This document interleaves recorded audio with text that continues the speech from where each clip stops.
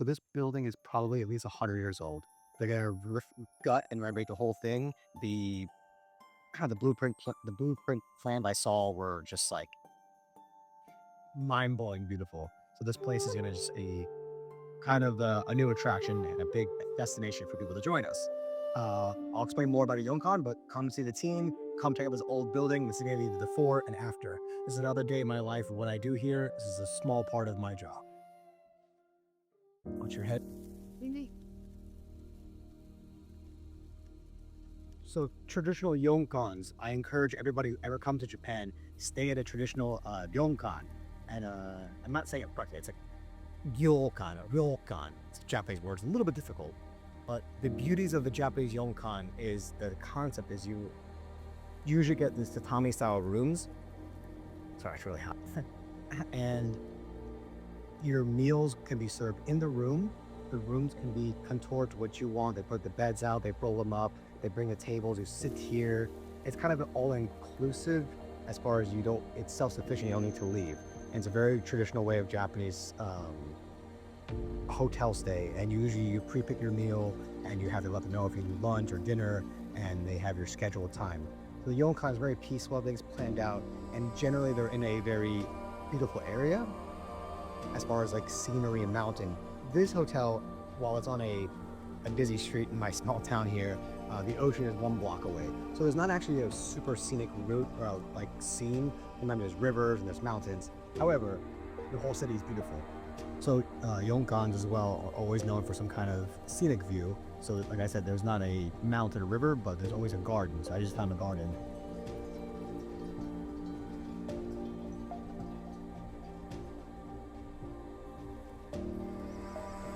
Right now it's summertime, so it's now about 95 degrees right now, but in the wintertime, and you can sit here in your morning, have your tea, just think and look at nature and be one with nature. He's a major figure here in Japan and Japan society. He is from Kochie, which is the prefecture we're in. So Sakamoto Ryoma is a big inspiration of mine. He is known for brokering the deal that opened up Japan. Long story short, Mike Perry, the USS ship, came to Japan and they demanded Japan opens up.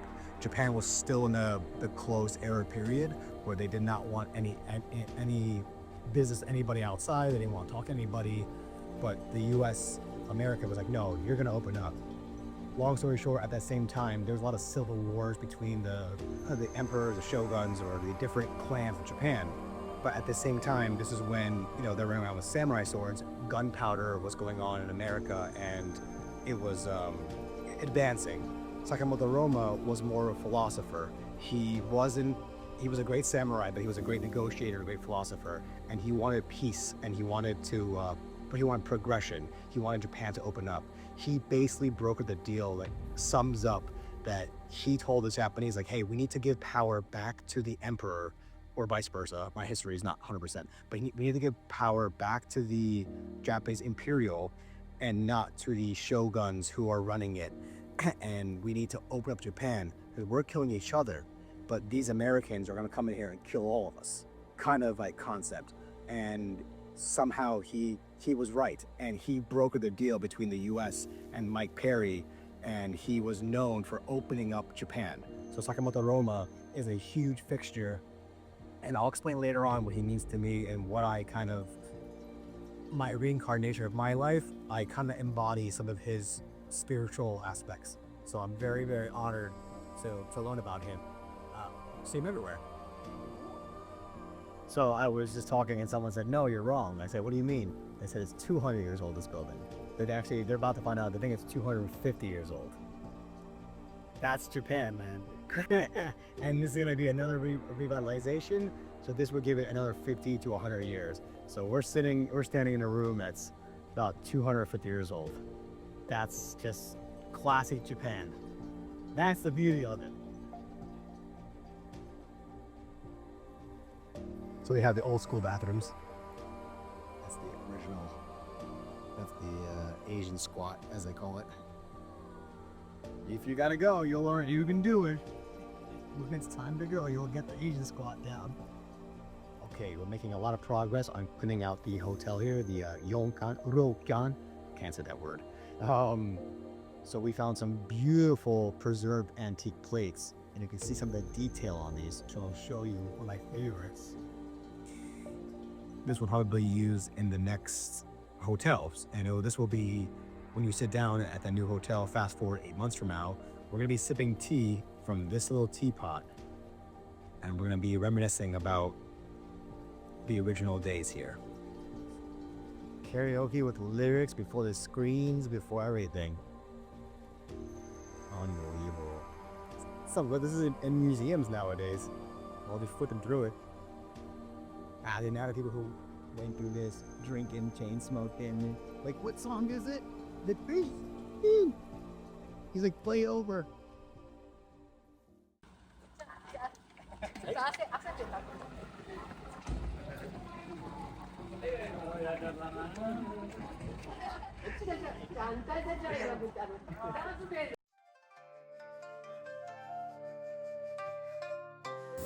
I love the food. Pure protein, good gains, clean. And she's so sweet. She always recognized me. I haven't been here 3 weeks, and she was just happy to see me. So, one of the many few things I love about Japan, but also in my prefecture, my city, is this little quiet countryside. There's still so much good food, and freshly made, and made with love.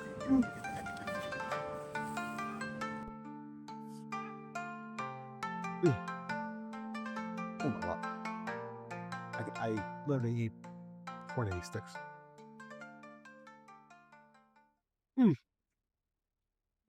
So Fred will call the next 20 seconds to 1 minute. Wash. This guy does not get this in a minute. As you can see, I just added a rep, a calorie, a sec. He doesn't miss anything. Fred is a great role model or influence on me. That's complicated. Personal trainer should be. Okay, 7 o'clock. There it is. Here comes the header Fred. It's the Fred. Okay, good morning, good evening. All right, you gonna say hi to YouTube for me? Say hi to YouTube.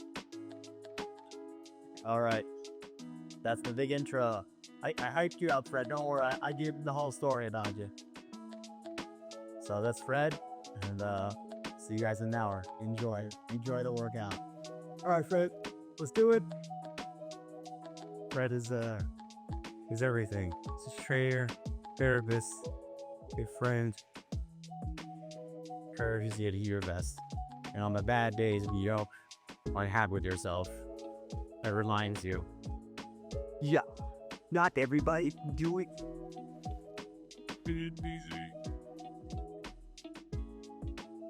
Like Arnold Schwarzenegger says, you can't borrow it, you can't buy it, you can't lease it, you can't fake it. There's only one way to get a nice body.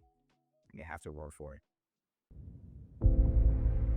I think the secret to success, it doesn't matter if you come from a little village or from a big town. There's one thing that you have to do, and that is you have to first of all work your ass off. And number two, you have to have a very clear vision of where you want to go.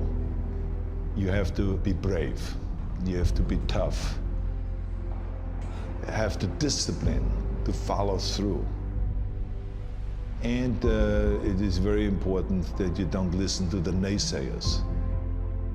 Because in every step of the way, when you make decisions like, I want to be a bodybuilding champion of the world, people say, this is impossible, this is an American sport, it's never going to happen. When I wanted to be in the movies, they said, you have an accent, it's never going to happen. No one ever became a leading man when you have an accent. Everything is always impossible until someone does it. Trust yourself, break some rules, don't be afraid to fail, ignore the naysayers, and stay hungry. I'm my best one.